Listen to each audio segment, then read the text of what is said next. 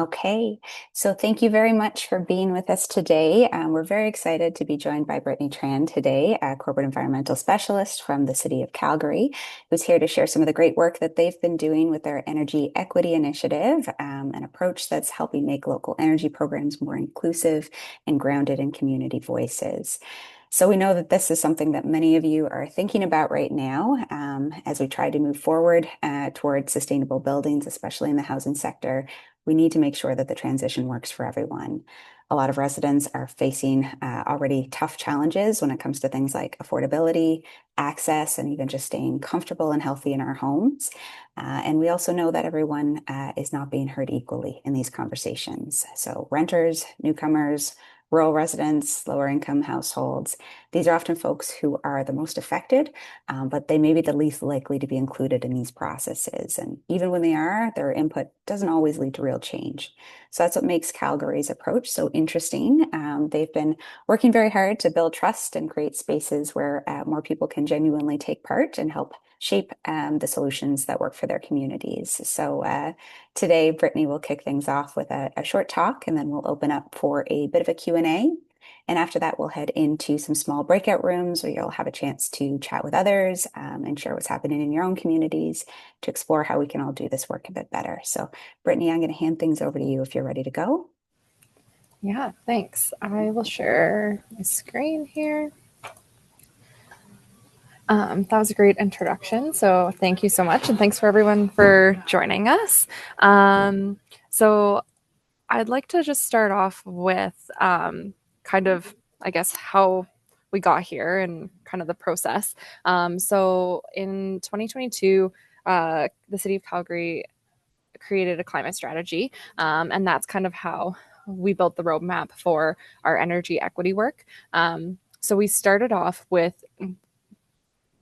community engagement. And what we wanted to do here was we really wanted to make sure we're listening to the community. And so I'll kind of go into more detail a little bit later about what exactly that engagement encompassed and the process that we went through. But we wanted to make sure that that was what we heard was incorporated into the strategy that we developed. So we developed the strategy. We just launched that in December last year, which was super exciting. And then part of that was designing the initiatives. And then we're kind of in the step 4 implementation phase right now, where we're actually taking action and kind of building out some programs. And I'll just give you a brief overview of that kind of at the end there.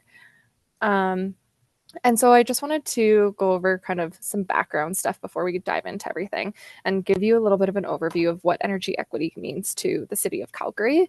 And so we all know it's really complex and multifaceted. There's a lot of different things at play to create a situation where someone's experiencing energy equity or inequity. And so energy equity is where all households have access to affordable energy for a reasonable quality of life and well-being. And so the Venn diagram in there is kind of the 3 pieces that when intertwined create energy equity. So we want your home to be energy efficient, have utility affordability, and have enough disposable income to be able to pay for those things. But we know there's like lots of things at play. Housing can create different situations, climate, economic development, affordability, your health and well-being, and there are many others as well. But what on the flip side, what energy inequity is when a household can't afford to pay for their heat, power, and water in their home. And so they're often having to make trade-offs between paying for their utilities and other things like groceries and basic needs. So one thing that we included when we were creating this definition and the strategy was a basic standard of living. So often when you hear about the term energy poverty, which is the same as energy inequity, but we're just using energy inequity because when we engaged with our community, we actually heard that people didn't like the term energy poverty. So that was one of the key things that it was like an interesting learning when we chatted with folks about it. So that's why we changed the term. And so energy inequity still has that kind of percentage of your income to your utility bill cost, but we add an extra level of a threshold to also see like we want you to be able to afford your basic needs. So that was just kind of an addition that we included in the definition that lots of folks don't quite have. And so we're kind of testing that out and seeing how it goes. And so that's kind of how at the city we're going to be looking at measuring energy inequity in Calgary. And then to go more into the engagement side of things, I wanted to give you an overview of like who we engaged with, the process and that we undertook, and kind of all the fun little details that we included as well. So for who we engaged with, we chatted with experts. So we chatted with utilities. We also had an internal advisory committee that included people from the equity team, the anti-racism team, neighborhood partnership coordinators, social workers, and people within climate working on equity. So we really tried to get the full scope of folks in there. We chatted with affordable and non-market housing providers, and the Energy Poverty Roundtable. And then in the community, we chatted with nonprofits and organizations that are working on the front lines with folks that are experiencing troubles with this every day. We really wanted to hear from them because they have a wealth of knowledge. We had 5 different focus groups. So we chatted with Indigenous peoples, persons with disabilities, newcomers, single parents. And then we also had a collective group, just in case if they didn't quite fit into one of those groups, we still wanted to be able to have a conversation with them, which we got a really great response to. There was a few that were, because we kind of did a bit of a recruitment for these focus groups, where we put information out, and I'll kind of get into this a little bit more too with like our recruitment. But when we kind of screened folks in, we really wanted to talk with people who were experiencing energy inequity. And we were doing different focus groups. So we kind of had to slot them in, and they could self-identify if they wanted, like if they fit into more than one group, they could choose whichever group they wanted to participate in. But if they didn't, then a couple of them were like, oh, well, I don't really fit into any of the questions that you just asked me, and we're kind of disappointed. But I was like, oh, no worries. We're still having like another group that you can join. And so we got a lot of really good feedback on that, and they were really excited that they were still able to participate. So I really liked how we had that kind of collective group. And then we had a community advisory committee as well, which is different than our internal one within the city. The community one was a group that kind of went through the whole process with us. And I'll kind of go into more detail on that in a sec. And then we also had a survey. And so with that, we engaged over 400 different people, and we got a really great response from people that we were looking for. I think it ended up being over 85% of the folks through the survey and the focus groups and advisory committee were experiencing energy inequity. And that was kind of the folks that we wanted to talk with. So that was great. So I think our recruitment really did a good job of that, and focusing and targeting on those communities that we were looking for insight into. And so we created a couple different things to kind of, or different avenues, I guess, to really target the groups that we were looking for. So we tried to make it very plain language. We tried to make the things like the social media posts that you see on the slide here pretty simple, quick and easy, visual, easy to like understand kind of what's going on, and then also kind of showcase the benefits and opportunities that we are also offering. So with our recruitment, we did some social media marketing and advertising, and we also did some bold signs. I should have put a picture, and actually I have one now that I'm thinking about it, but we like those big bold letters that you see kind of on this side of like your community association or something like that. We put and advertised it there. So we got some folks in through that. We did a lot through our community organizations. So by kind of engaging them off the hop, that really helped kind of build those relationships, and we used them a lot and got a lot of folks from that. And then I think there was one other thing, but I can't remember now off the top of my head. But the benefits that we wanted to provide and offer people, we paid for their time and compensated them. So we used just over a living wage. I think at the time it was like 24 something an hour. So we just rounded it up and did $25 an hour. And then we offered food, and we offered culturally diverse food, and we got a lot of really great feedback on that as well. It wasn't just the standard, like we had like wraps and stuff, but they weren't just like your standard kind of wraps. I guess they had like falafel wraps and a couple different options. We had halal options. We had different kind of like appy style things and samosas and stuff like that. So we tried to get a bunch of different food options that way. We also offer childcare support on site. and we offered transportation. If people wanted to take transit, we could have done that. Nobody took us up on that option. Most people wanted the cab rides because it was just a lot simpler and easier for them, which was totally fine. So we organized with our cab company to just have like a code that the participant could go hop in the cab, provide the code, and then we would pay the cab company later. So it wasn't a chit system, which was a lot easier because we would have had to like somehow get the chit to the participants in advance of the event and stuff like that. So I found that super smooth that way. We also offered interpretation or accessibility supports. And so in our Persons with Disabilities group, we actually ended up having somebody who was deaf and couldn't hear. And so we offered what's called CART. So it's a real time translation service where it shows kind of the words on the screen in front of her and she could speak back. But she was so excited about that. And we got really good feedback from her. She felt like she could participate a lot easier in the group with that. So that was something that was really neat to be part of. And then kind of the process that we took, we started off with the phase one with the research and planning.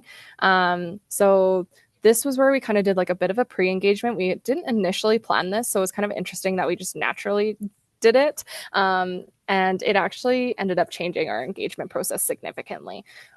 At first, we were just like, let's just get the lay of the land, chat with a couple different organizations and see what's happening in our community. It ended up turning out into us chatting with like almost 20 organizations and learning from them, understanding how to engage, how to recruit, and like how best to approach the community with this sort of thing. So we learned a ton through that. We ended up changing our engagement approach based on these conversations. So I do think that was helpful. And then kind of as I mentioned previously, I felt that having these kind of pre-engagements and conversations with the organizations, I was able to develop a personal relationship with them and get to know them. And then a lot of those folks actually attended our sessions with the organizations. And I think I got higher attendance because they knew who I was and I wasn't just emailing at like info@organization. And so I think that was really helpful. And it's been helpful continuing on from there as well when I'm sharing other things with them or asking them to share stuff for me. So I thought that was a really good ad that we just kind of stumbled across. And then in phase two, we chatted with the folks in the focus groups and the pretty much everyone, I guess, on the left-hand side there. And so we chatted with them about just the general barriers, challenges that they're facing, how we could help, just really that initial conversation that we wanted to get started. And then in phase three, we took back that information that we learned, and then we started to ideate some different programs that we could do, some different supports that would make sense. And then we actually provided a draft strategy outline. And so we did that as we kind of went through the process, we pared down who we were chatting with. And then in phase four, we only chatted with a couple groups, and that's where we took the full program design and the full strategy. So we did get the full strategy reviewed by folks in that phase. And then as we were engaging, we wanted to make sure that we were kind of closing the loop after every engagement. So we created what we heard reports that were available, and I emailed it out to all the participants afterwards as well. And one thing that we had heard through our engagements too was that we just need something visual, simple, and it needs to be like one page. So this is what we created. So this is an example of kind of a little bit of an at a glance for our engagement, what we heard report. So this was something that was like a little bit new that we were testing out, just to give people a quick snapshot of like who was engaged and what we heard and what the key kind of themes were that came out of it. And then in phase one, because we engaged so many people, it was like a 90-page report. So I think most people really just dove into this one page. And so we got a lot of great feedback on that as well. And then I just wanted to go over a couple of strategy highlights and kind of how we incorporated the engagement into the strategy. But I won't go into too much detail here. So this was a an example of, people just wanted that one page quick snapshot. So instead of doing an actual executive summary, we ended up just doing this one pager. At first, we're like, oh, do you think like 3 to 5 pages? And then we can get that translated. And people are like, absolutely not, one page. We want it to be quick. So we did it this way, and then we ended up getting it translated into 10 different languages. That helped in kind of multiple ways. I didn't have budget to translate the whole strategy. Actually engaging and talking with folks, they're like, well, you probably don't need to translate the whole strategy anyways. So we felt that this was kind of a good middle ground, being able to translate it and make it accessible that way, but not necessarily, having the budget and resources to do the whole thing. So trying to find that middle ground there. And then a couple other pieces in our strategy, we wanted to make it really kind of community centered and focused. And so we didn't want the look and feel to be too corporate. So we kind of have like these little bubbles everywhere, which was nice. We tried to really bring in the community feel. So we have a ton of quotes in there from people who participated in the survey, coming from Calgarians who were talking and speaking about their issues that they were having. And it was all done anonymously. And so that really, I think, kind of resonated with a bunch of people as they were reading it and understanding like this is a real issue that people are facing, and like these are the struggles that they're having, and how we can help them. So I think it just kind of brings that stuff to the forefront. So we felt that that helped a lot. One of the things that was interesting from the engagement was that because we were trying so hard to not make it like this huge corporate strategy and very report like, we wanted it to be plain language, easy to read. We kind of stripped everything that was report like out, and they were actually like, well, where's your data? Where's your facts? Like, how are you backing this up? And we're like, oh, well, we thought that would be too much. And they're actually like, no, like we still want that. So we ended up putting in some of that stuff afterwards. So that was really interesting to hear from them when we gave them the full draft strategy. So we did put a couple like tidbits of information in there, and we did add some more references and stuff like that throughout the report. So that was really good feedback. And then we also did a couple stories where we kind of like actually went into the full story of like what people were kind of experiencing, to kind of give more of that roundabout like full picture, versus just the snapshot of the quotes. So we kind of tried to incorporate the community feel through those different types of things as well. And then I just wanted to quickly go over some of the initiatives that we created through the strategy. And so right now we just launched the home upgrades program like almost a month ago. And so this program has 3 different streams to it. And so this was something that we heard from the community and the engagements as well. They really wanted to have things like the home upgrades and renovations where you're getting free like windows and doors and furnaces and stuff like that, but not everyone can access that. So we want to have other supports that are available. So we included the multilingual workshops. A lot of people really liked having some sort of education component to the program. So that was something that we felt was super important for that. And then people were also like, well, what if you're an apartment? What if you're a renter and you can't participate in these sorts of things? So then we also added the DIY retro kits where they're delivered right to your door. I actually just got the demo kit sent to me, and it was really cool looking through it right before this meeting. And so it includes just like easy self-install things like LED light bulbs, leak detection tablets, smart power bars, and stuff like that. And it's super simple and easy to apply. You can apply to all 3 kind of in one go. Which is exciting. So we've been seeing kind of applications come in the door.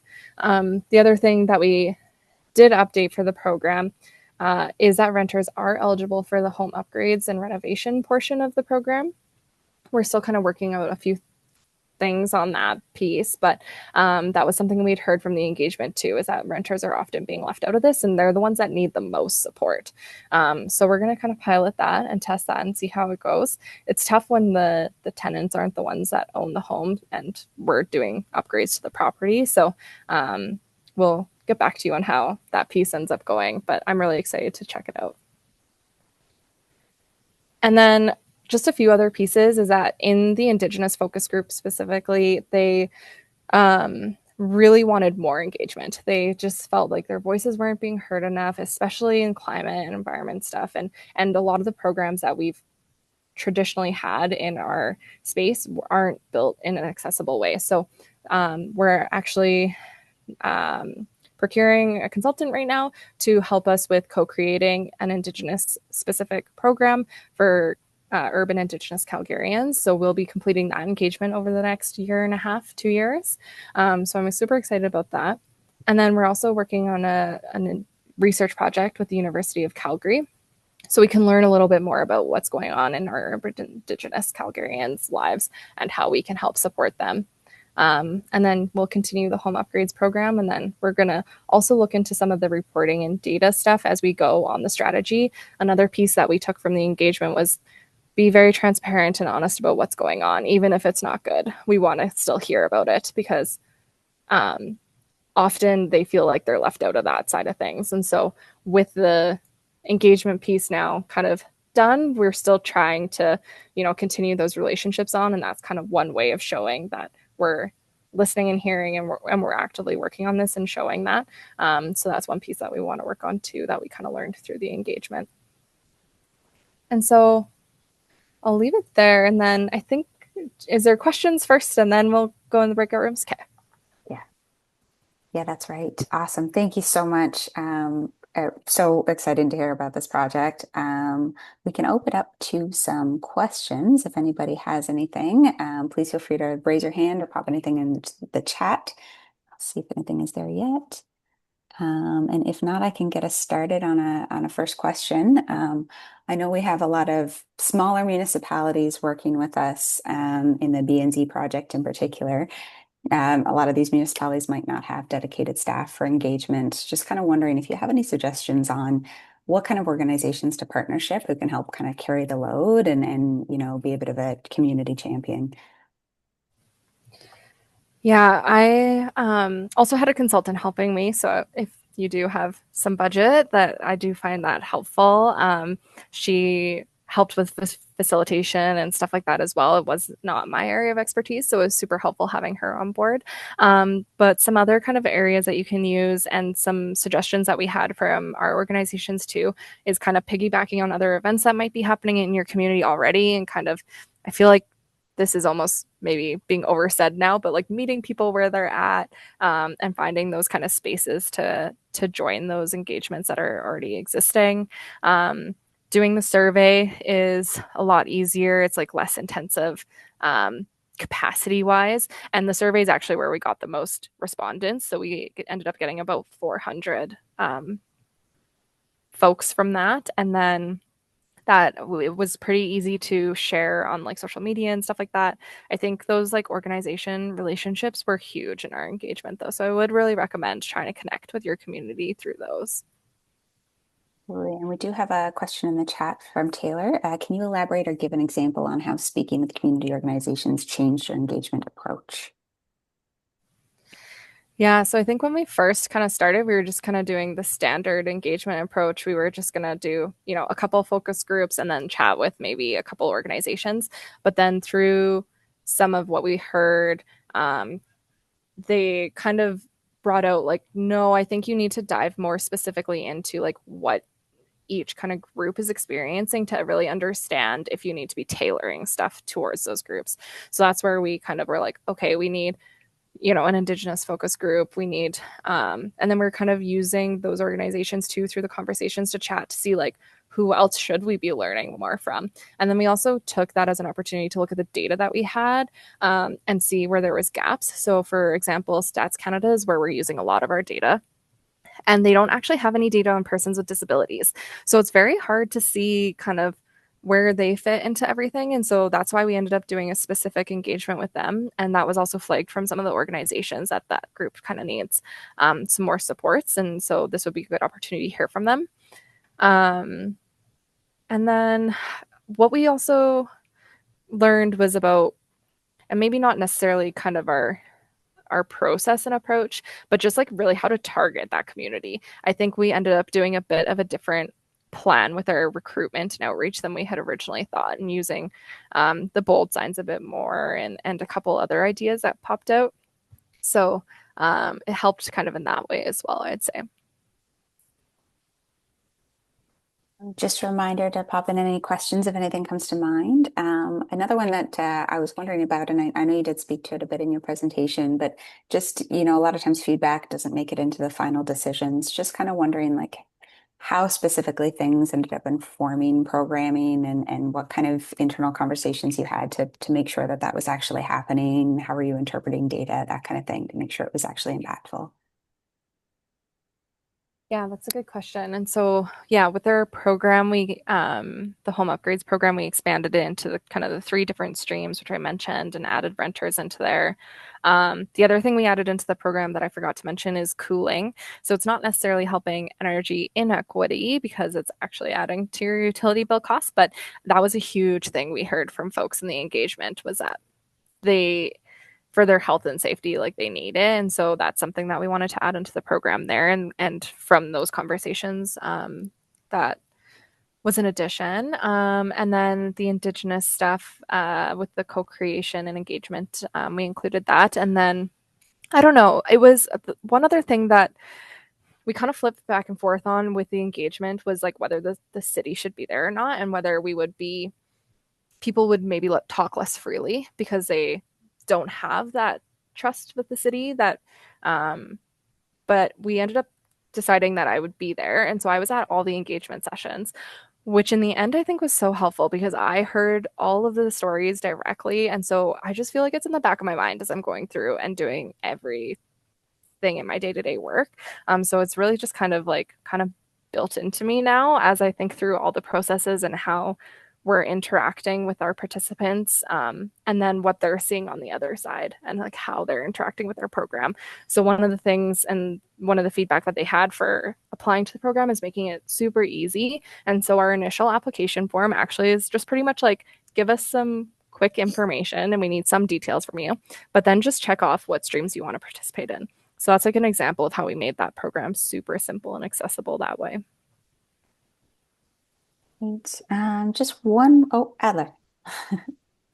Hey, thanks for that presentation, Brittany. It was really great. It's kind of a long-standing issue, but just curious if you had any findings from on like how to engage with landlords and or like how to tackle that kind of split incentive issue and help get to the renters.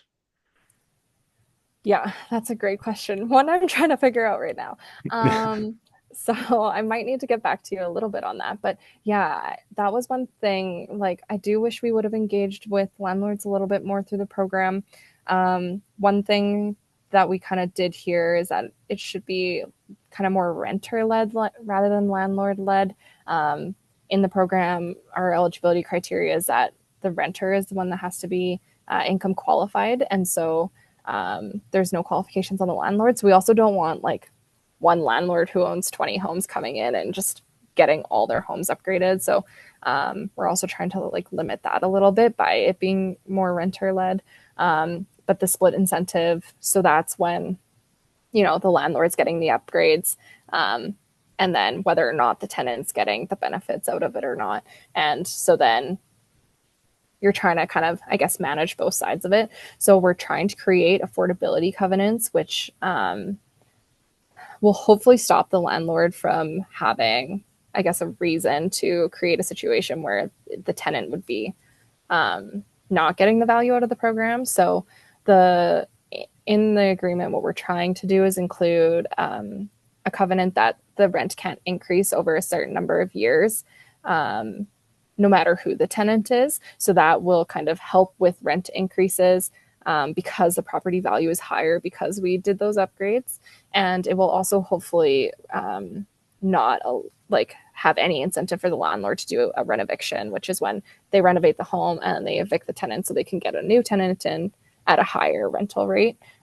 So hopefully it will kind of help with both of those pieces. And we're still kind of trying to figure that out with our lawyers and kind of all the nitty gritty fun details on that. But I'm hopeful that we can have that incorporated so that at the end of the day, we really want to help the tenant who is the underserved community and who is lower income. Great. I've just got one more question and then we'll probably head into breakout rooms. Just we're currently at a time where there's a lot of misinformation and conspiracy theories and that kind of thing. Just wondering if that's something you encountered and dealt with in this type of engagement and if that was any kind of barrier for having conversations with folks. No, that's a good question. We didn't really come across that. Now that you say that, I'm a bit surprised. No, everyone was just so happy to be a part of the conversation. And I think like we had a lot of people who were very passionate about climate environment there who wanted, I mean, they would love free upgrades and stuff like that too, but they just like also want to help and participate in our climate transition, which was great to see. So we actually didn't get too much of that, but I feel like that misinformation has been kind of on the rise over the last little bit. So if you are doing engagements soon or in the future, that might be more, something that you encounter a bit more than we did. Hey, well, we're going to get ready to head into the breakout room, so I'm going to stop the recording there.